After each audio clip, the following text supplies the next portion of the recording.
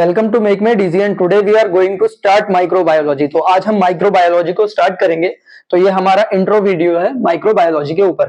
तो माइक्रोबायोलॉजी होती क्या है? माइक्रोबायोलॉजी भी हमारी एक तरह की स्टडी है जो किसकी ब्रांच है? साइंस की ही एक ब्रांच है। तो microbiology is a branch of science which deals with the study of micro organisms. अब ये माइक्रो ऑर्गेनिजम्स क्या होते हैं? ये माइक्रो ऑर्गेनिजम्स या फिर माइक्रोब्स कह लो, दोनों एक ही बात है। ये होते ये हैं कि हम इनको अपनी नेकेड आइज से नहीं देख सकते, यानी इनको देखने के लिए हमें माइक्रोस्कोप का यूज करना पड़ता है। ये इतने ज्यादा छोटे होते हैं, इनको हम अपनी नेकेड आइज से नहीं देख सकते हैं। तो इन्हीं को ही हम स्टडी करते हैं, इनको ऑब्जर्व करते हैं, और उसी जो स्टडी की ब्रांच है उसको हम क्या कहते हैं? माइक्रोबायोलॉजी। तो माइक्रोबायोलॉजी की जो क्लासिफिकेशन है वो तीन तरह से है।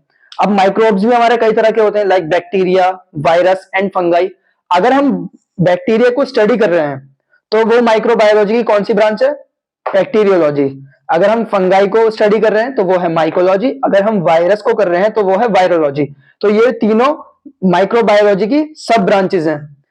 और एंटोनी वैन ल्यूवेनहॉक का हम सबने नाम सुना है, इनको हम फादर ऑफ माइक्रोबायोलॉजी कहते हैं। बैक्टीरिया के शेप्स को आइडेंटिफाई करा था सबसे पहले इन्होंने ही, उसके अलग अलग शेप्स को देखा था, जैसे spiral shape, rod shape, Oval shape.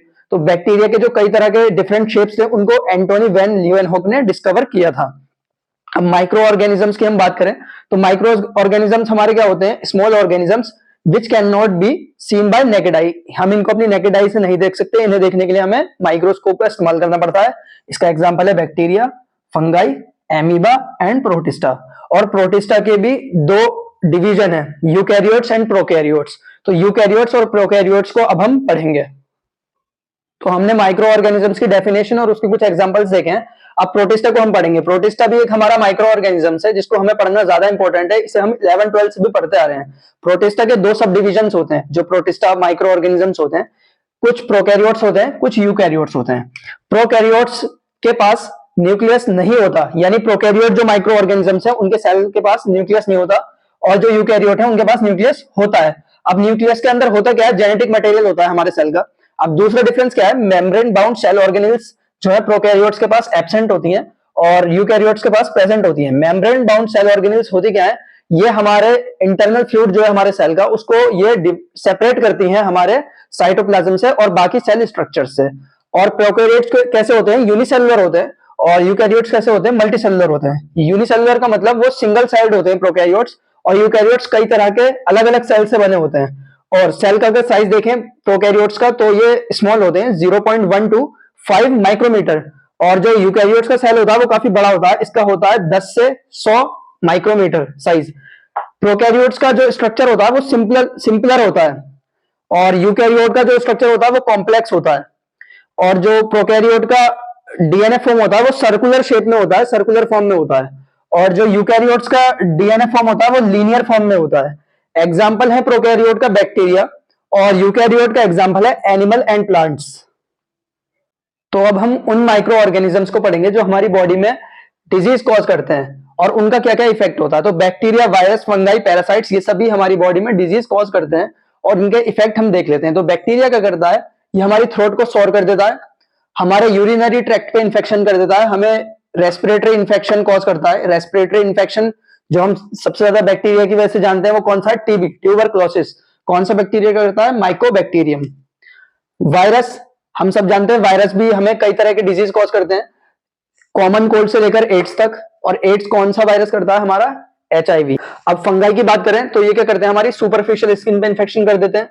Parasites की हमने दो क्लासेस ली हैं, प्रोटोजोआ एंड हेलमिंथिस।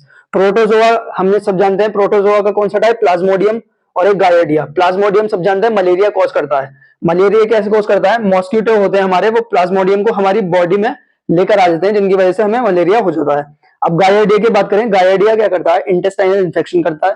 हेलमिंथिस की बात करें तो राउंड वर्म एंड टैपवर्म इसका एग्जांपल है, और ये क्या करते हैं? स्किन इन्फेक्शन कर देते हैं। तो अब हम बात करते हैं मोड ऑफ स्प्रेड की, कि किस तरह ये माइक्रो ऑर्गेनिजम्स जो होते हैं हमारी बॉडी में इन्फेक्शन को कोज करते हैं और किस मोड से करते हैं। तो यहाँ कुछ मोड है, लाइक ड्रॉपलेट के मोड में, एयर के मोड में, फूड के मोड में, या फिर वेक्टर बोर्न। अब बात करते हैं सबसे पहले ड्रॉपलेट इन्फेक्शन। तो अब हम बात करते हैं मोड ऑफ स्प्रेड की, कि किस तरह माइक्रो ऑर्गेनिजम्स हमारी बॉडी में इन्फेक्शन को कॉज करते हैं और किस मोड से करते हैं। लाइक एग्जांपल ड्रॉपलेट के मोड में, एयरबॉर्न मोड में, फूड बॉर्न मोड में। तो सबसे पहले ड्रॉपलेट की बात करते हैं। जब कोई अनहेल्दी पर्सन किसी लार्ज ड्रॉप को, जिसका साइज कितना होता है 5 माइक्रोमीटर से ज्यादा, वो कफ के दौरान या स्नीज या मतलब छींकते वक्त दूसरे किसी हेल्दी पर्सन पे उन ड्रॉप्स को डाल देता है और वो ड्रॉप्स उसकी बॉडी में इन्वेट कर जाती है, अंदर चली जाती है, तो वो इन्फेक्शन कॉज कर सकती है। एग्जाम्पल है इसका कोविड-19। अब ऐसा ही सेम क्या है होता है एयरबोर्न इन्फेक्शन में। इसमें क्या होता है, एयर पार्टिकल्स जो 5 माइक्रोमीटर से छोटे होते हैं, जिनको हम एरोसोल्स कहते हैं, वो किसी इन्फेक्टेड पर्सन से किसी हेल्दी पर्सन पे जब चली जाती है और वो उन्हें इनहेल कर लेता है, तो क्या होता है, उससे इन्फेक्शन हो जाता है। जिसे एग्जाम्पल के तौर पर हमने टीबी, टीबी भी इसी तरीके से होता है कि कोई इन्फेक्टेड पर्सन जिसे टीबी है, वो क्या कर दे, कफिंग कर दे या स्नीज कर दे और उसके जो स्मॉल पार्टिकल्स हैं वो क्या करें, दूसरे किसी हेल्दी पर्सन में चले जाएं, तो उससे भी टीबी हो सकता है। अब बात करते हैं फूड बॉर्न ट्रांसमिशन की, जिसमें क्या होता है, कंटेमिनेटेड फूड या वाटर क्या करता है, इन्फेक्शन को कॉज कर देता है। इसका एग्जांपल है कॉलेरा या फिर फूड पॉइजनिंग। फूड पॉइजनिंग भी हमारी ऐसी होती है कि हम कोई कंटेमिनेटेड फूड का या वाटर का क्या कर लेते हैं, इनटेक कर लेते हैं। तो अब हम बात करते हैं वेक्टर बॉर्न इन्फेक्शन की। तो वेक्टर बॉर्न इन्फेक्शन क्या होते हैं, वो डिजीज जो किसी इंसेक्ट्स की वजह से हो, यानी जैसे मॉस्किटो, मॉस्किटो क्या करते हैं, हमें बाइट करते हैं और कोई भी माइक्रो ऑर्गेनिज्म जिससे हमें डिजीज हो सकता है उसे हमारी बॉडी में इन्वेट करा देते हैं। तो उन डिजीज को हम कहते हैं वेक्टर बॉर्न ट्रांसमिशन, और उन्हें हम वेक्टर भी कहते हैं। तो जिसका एग्जांपल है mosquito causes invasion of Plasmodium on biting which can cause malaria.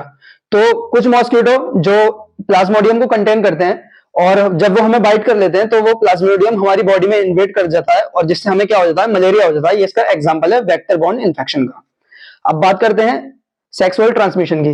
तो एड्स, साइफिलिया, ये सब इसके एग्जांपल हैं। सेक्सुअल कॉन्टैक्ट से ये हमारा जो है ट्रांसमिट हो जाता है। इसमें बात करते हैं कॉन्टैक्ट इन्फेक्शन की। तो कॉन्टैक्ट इन्फेक्शन में क्या होता है, जैसे मैं अनहेल्दी हूं और कोई हेल्दी पर्सन है, उसने आके मुझसे हैंडशेक करा, तो मेरे हाथ में जो इन्फेक्टेड पार्टिकल्स लगे होंगे स्नीज के दौरान या कुछ भी करते हुए, तो वो उसके लग जाएंगे।